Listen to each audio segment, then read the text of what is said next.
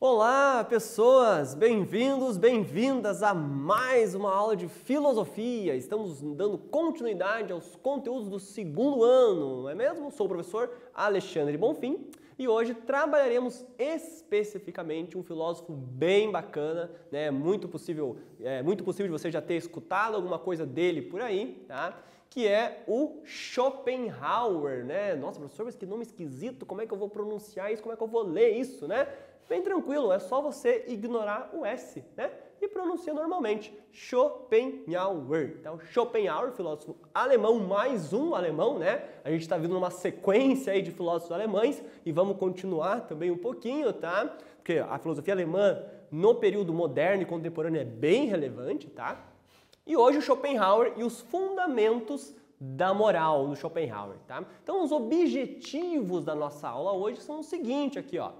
Explicar os principais pontos da filosofia do Schopenhauer, tá? A base, né? A coluna vertebral do pensamento do Schopenhauer.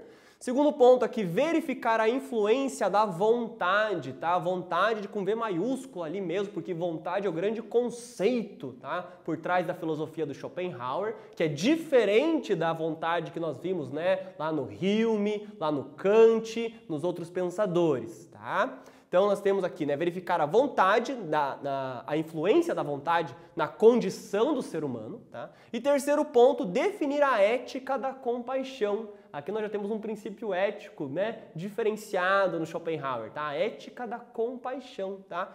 E a finalidade ética da arte, né? Hoje também falaremos da arte aqui e a relação entre ética e arte, tá? Dentro do pensamento também de Schopenhauer aí, tá? Então esses são os nossos objetivos para a aula de hoje, mas vocês já sabem, antes de iniciar o nosso novo pensador, o nosso novo conceito, retomamos o que nós já analisamos na aula anterior, perfeito? Na aula passada falamos do Hegel, né? Um pouquinho complicado, conceitos bem abstratos, né? Desse idealismo do Hegel aí, tá? Mas, né, como ponto principal ali, tá? Quais são os 3 estágios do desenvolvimento do espírito no mundo, segundo a filosofia do Hegel, né? Então dá, né, uma releitura ali das suas anotações da última aula, os conceitos que a gente viu ali, responde essa questão, depois volta aqui.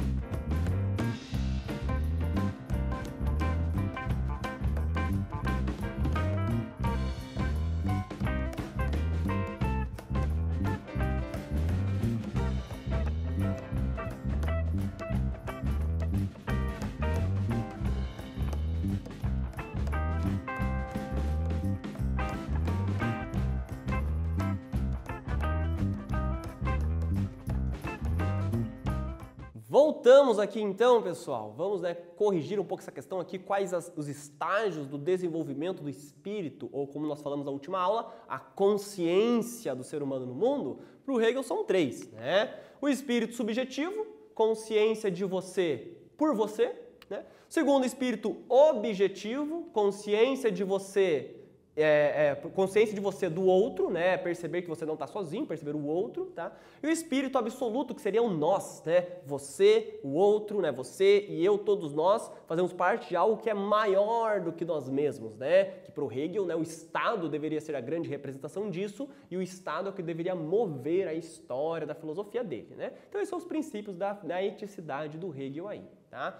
Hoje falaremos, portanto, do Schopenhauer, né? É quase uma heresia a gente falar do Hegel numa aula do Schopenhauer, porque o Schopenhauer, ele odiava o Hegel, mas odiava mesmo, né? Eles realmente tinham uma disputa ali, né? Onde o Hegel fazia muito mais sucesso do que o Schopenhauer no primeiro momento, né? E o Schopenhauer tinha uma raiva disso aí, tá? A gente vai entender um pouquinho melhor isso aí, tá? Schopenhauer, então, né? Filósofo aí que também está vivendo entre o século XVIII e XIX, né? Mas está mais para o século XIX.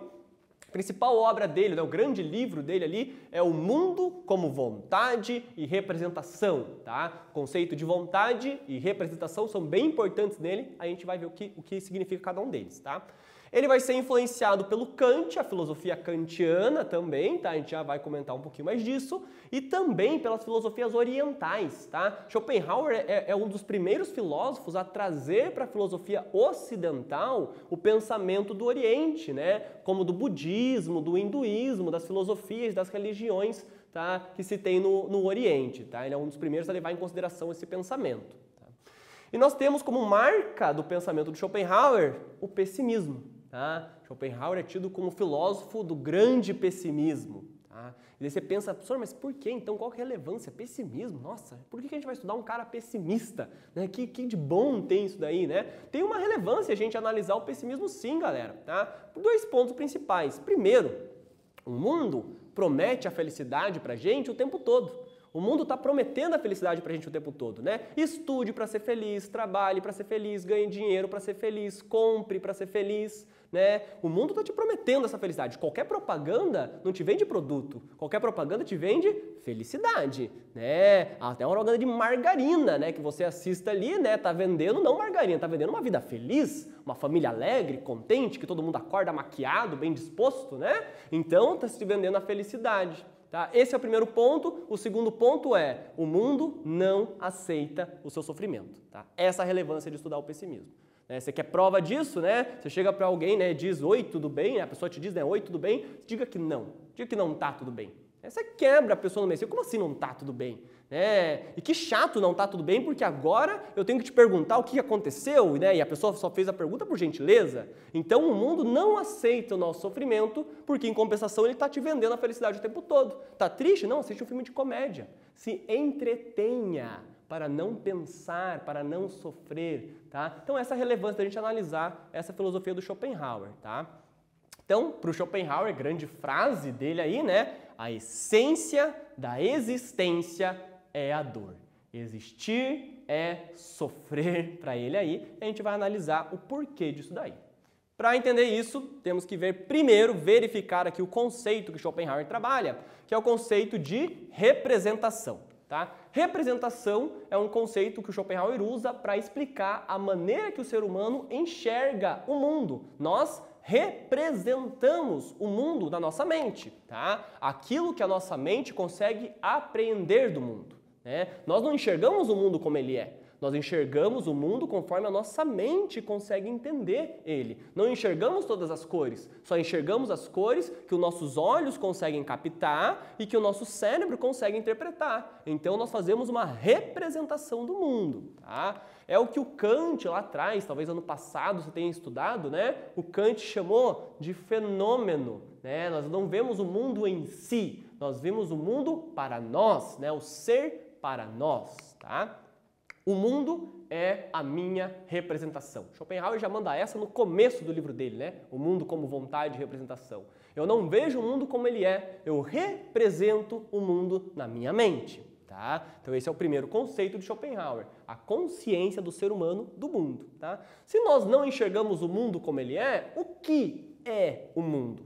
Para o Kant, jamais vamos saber. Para o Schopenhauer, o mundo é vontade. E aqui temos o grande conceito dele, vontade. Vontade para o Schopenhauer não é a minha vontade, não é o meu desejo, não é o meu querer. Tá? Vontade para o Schopenhauer é um princípio universal, é um princípio da natureza mesmo. Tá? Para o Schopenhauer é o princípio irracional, tá? Irracional, que domina todo o universo. Tá? Schopenhauer vai dizer que na física, né, a gravidade, né, é uma vontade, é a vontade que os objetos têm de caírem ali, né, a vontade que os objetos com mais massa têm de atrair os objetos com menos massa, né, o Schopenhauer vai dizer que, por exemplo, nos animais, né, a vontade de reprodução, o instinto de sobrevivência, isso é vontade, né, então a vontade está em tudo, presente no ser humano e na natureza, tá? É um eterno querer, tá? Um eterno querer, um constante querer que nunca, nunca vai ser saciado. E a vontade move tudo. Se move tudo, também move você, também move eu, tá? E daí o Schopenhauer vai dizer o seguinte. Ó, o Schopenhauer aí, pensativo, né? No seguinte, ó. A vontade é um gigante cego que carrega um aleijado que enxerga. O que ele está dizendo aqui? Quem é o aleijado? O ser humano, que tem representação, que enxerga, que representa o mundo, mas ele é carregado por uma vontade, por essa vontade gigantesca, que é um gigante que controla, que guia ele e que é cego, ou seja, que não tem um objetivo específico, não tem onde quer chegar, é o querer pelo querer, diz Schopenhauer. E isso coloca o ser humano numa situação de sofrimento daí, tá? Porque a gente sempre vai estar querendo coisas, mas quando consegue, já não vai querer mais. Tá? Então, para Schopenhauer, a existência do ser humano está fadada ao sofrimento. Não tem jeito de não sofrer. A condição humana seria, portanto, o seguinte: ou você, né, quer e não tem, ou você tem e não quer.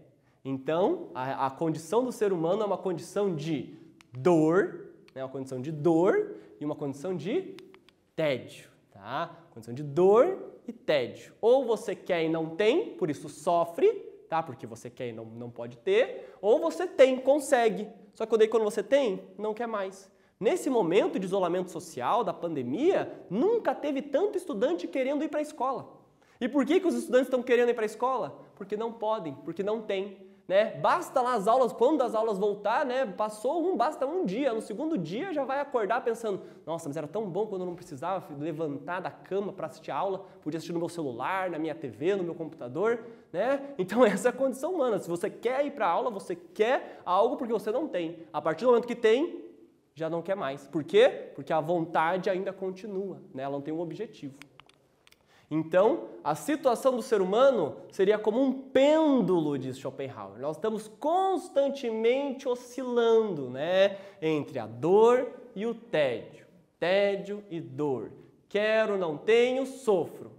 Quero, consigo, não quero mais, quero outra coisa. Basta trocar de celular, né? Tirou o celular da caixa, já está pensando no próximo que vai comprar, no outro que saiu, né? Essa é a relação do ser humano, tá? Então, né, para a gente pensar, né, faz muita informação aqui, eu sei, então para você parar, respirar um pouco, refletir sobre o que a gente está falando, né, Schopenhauer coloca lá, a essência da existência é a dor, mas você pensa aí para mim, a partir de uma reflexão pessoal, sua mesmo, tá, e da filosofia do Schopenhauer que a gente viu até agora, explique essa citação do filósofo com as suas próprias palavras, com o seu próprio argumento, o que o Schopenhauer quer dizer aqui, dá uma pensada, uma refletida, uma respirada mesmo e depois volta aqui.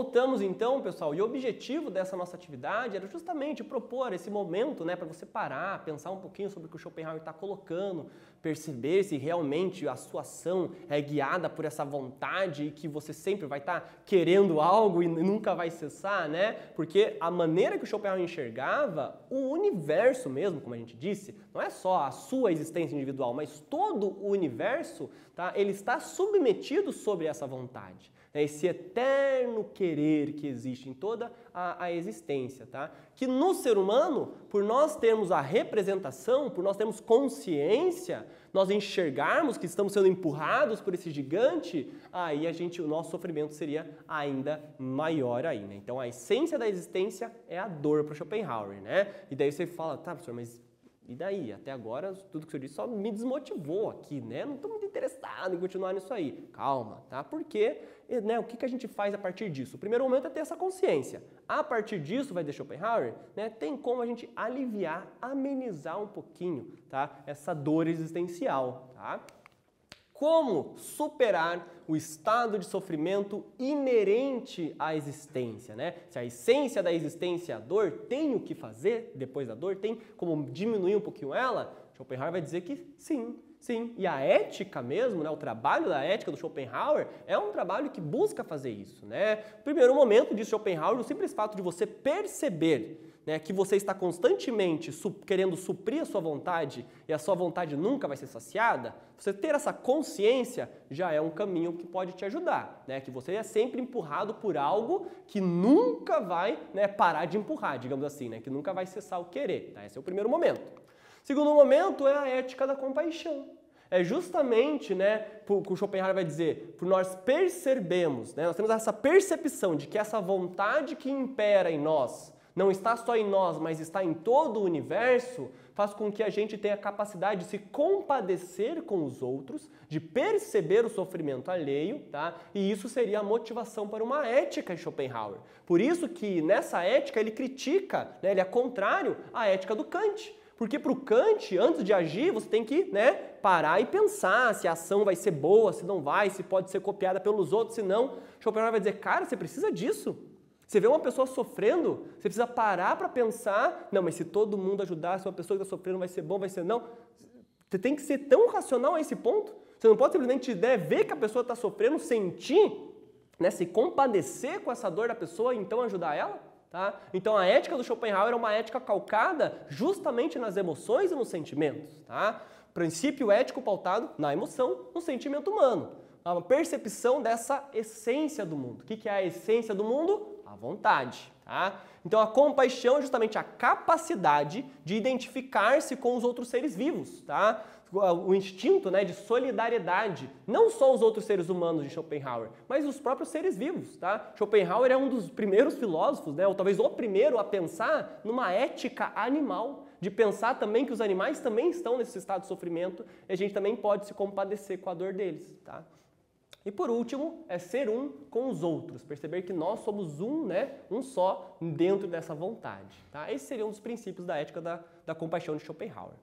Outro ponto que pode buscar um alívio para esse sofrimento, essa condição do ser humano, é a negação da vontade. Mas aqui é difícil, porque a vontade é esse gigante, tá? É um trabalho árduo, é o que Schopenhauer coloca ali como uma elevação ascética. Ascética, o que é isso? Uma elevação espiritual, do espírito, né? Lá no budismo tem o ponto mais alto, né, de concentração, de meditação, que é o nirvana, né? Schopenhauer vai dizer que as pessoas que conseguem chegar nesse nível de meditação conseguem cessar esse querer, tá? Só que isso é uma coisa para poucos, né? O próprio Schopenhauer dizia que ele não ia conseguir atingir isso, tá? Porque é um estado que a pessoa não tem mais o querer dentro dela, né? Então, se eu estou vivo, não estou, se tenho amigo, se não tenho, se tenho de dormir, se não tenho, nada mais importa. A pessoa nega todo o querer, né? Então, aí aliviaria o sofrimento, tá?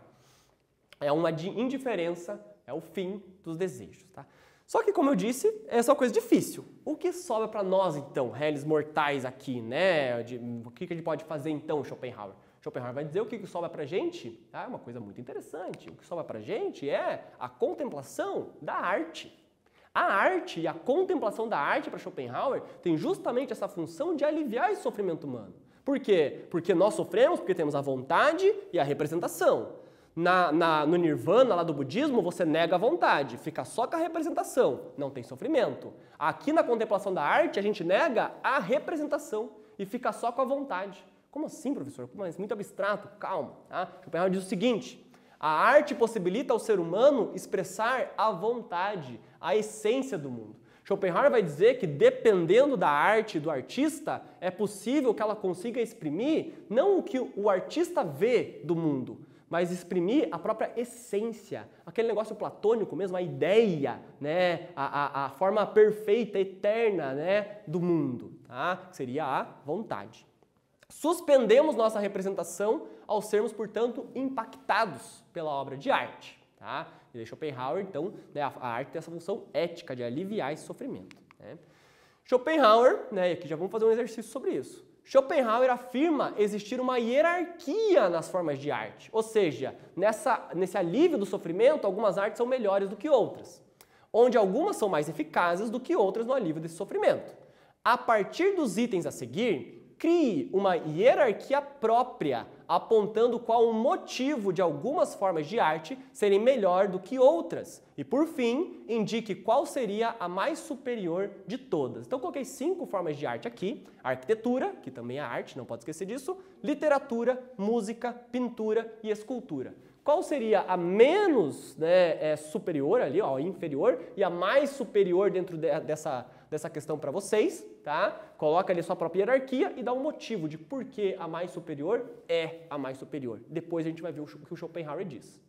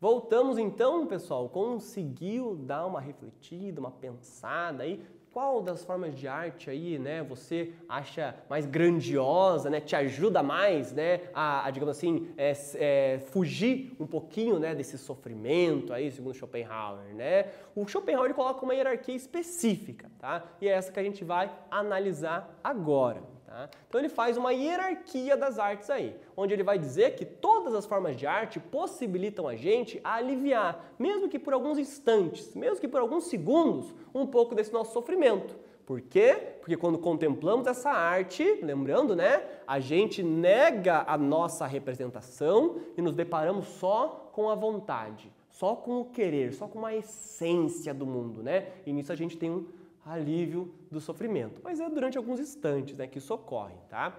Primeiramente, Schopenhauer vai colocar, né, como a arquitetura seria uma das formas de arte que mostraria pra gente, né, a vontade da física, né, a vontade que o teto tem de cair e a vontade que a parede tem de ficar em pé, a tensão entre esses dois ali, né, mostraria essa vontade pra gente do mundo, tá? Só que o Schopenhauer vai colocar ela no último degrau, digamos assim, porque ela seria algo o mais material, o mais físico, talvez, das obras de arte, né? O segundo ponto ali é a escultura, tanto de animais quanto de seres humanos, né? Onde ainda se tem as ideias, né, do que seria um ser humano, do que são os animais ali, só que ainda tem mais materialidade nessa forma de arte, né? Outro ponto, a pintura, tá? Schopenhauer diz, porque daí o artista ele vai colocar num quadro, numa imagem, num desenho, aquilo, né? A maneira que ele vê o mundo, com cores e tudo mais, tá? Isso também poderia aliviar esse sofrimento aí, né? Ele poderia pintar ali não o que ele enxerga do mundo, mas pintar o próprio mundo, né? Como eu falei, uma ideia bem do Platão mesmo, né? A saída da caverna, né? Que o Platão coloca lá.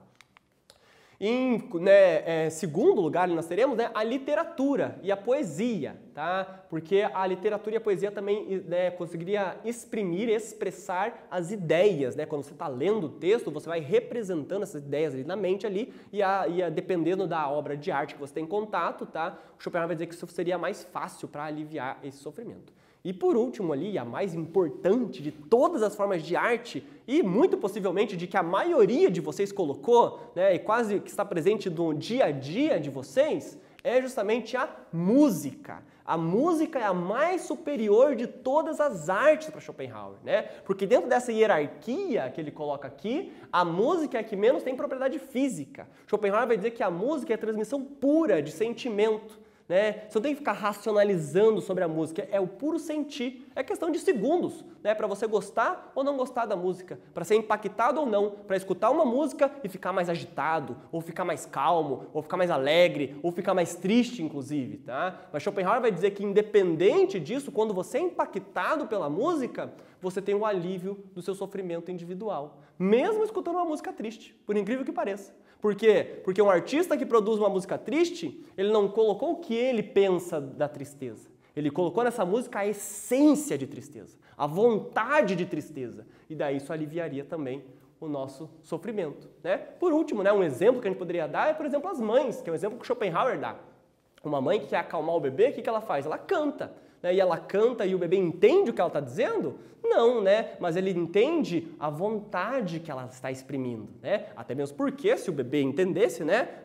Por exemplo, das músicas que nós temos de ninar, né? Nana, neném, que a cuca vem pegar. Se a criança entendesse isso, ela não dormiria, ficaria amedrontada, né? Está ameaçando, né? Ou a criança dorme ou vem alguém roubar ela, né? Mas não importa, porque o que importa é a vontade que está sendo exprimida. Você pode escutar uma música em inglês, tem gente que escuta música em coreano hoje, né? Eu sei que muitos adolescentes gostam de música em coreano hoje em dia e se emociona. Por quê? Porque o que é expresso ali é a vontade através da arte. Beleza, galera? Esses são os pontos que nós temos aí para fechar nossa aula, então, né? No Schopenhauer, principal obra dele, o mundo como vontade e representação, tá? O mundo é a minha representação e eu sou movido pela vontade. Princípio ético da compaixão. Eu percebo que a vontade que me move também os outros seres. Então eu posso me compadecer com o estado emocional dos outros. E por último, a arte traz um alento, tá? Um alívio ao sofrimento do ser humano. Tá? Muito obrigado por ter acompanhado a aula até aqui e fiquem bem!